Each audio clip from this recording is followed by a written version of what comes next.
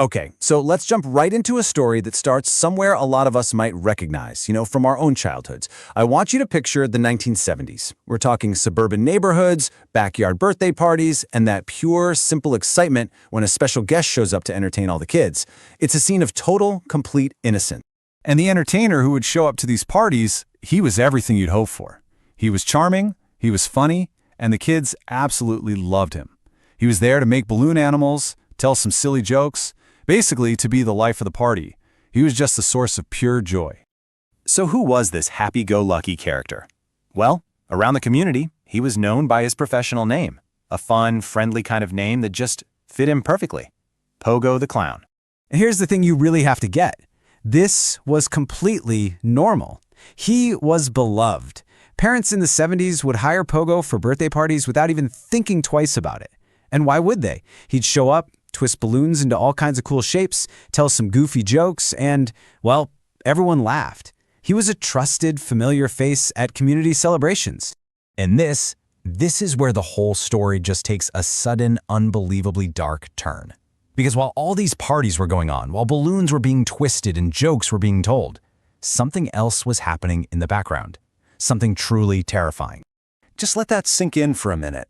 In the very same community where Pogo the Clown was this popular entertainer, young men and teenage boys started to vanish. One after another. They were just gone. All that laughter from those parties starts to sound really different now, doesn't it? So you're looking at two parallel realities just unfolding at the exact same time. On one track, you've got the public life of this popular clown, all through the 70s. But on this other hidden track, a horrific mystery is building. For years, these two things existed side by side, totally disconnected in everyone's minds, until, that is, a horrifying discovery was made that would snap them together forever. Years after the disappearances started, investigators were finally led to this quiet, totally unassuming house in a Chicago suburb.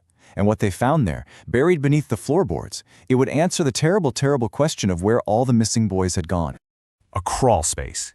It's just a normal architectural feature in a lot of homes. Dark, cramped, totally out of sight. But in this story, that term takes on a meaning that is just chilling. It wasn't just a space, it became a tomb. This was the exact spot where the search for those missing boys came to its horrific end. And with this discovery, that cheerful painted smile of Pogo the Clown just melts away. And what's left behind is a monster. The connection was finally made between the beloved children's entertainer and the sinister secret hidden right there in his crawl space. This is the terrifying truth. The public face was Pogo, the friendly clown.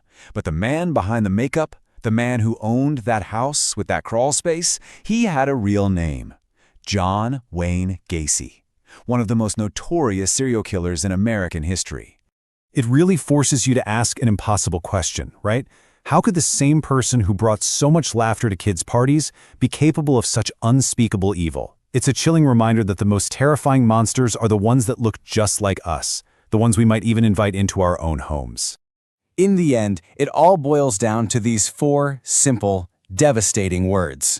It was never about the costume, or the jokes, or the balloons. That was all a facade. The truth is much, much darker.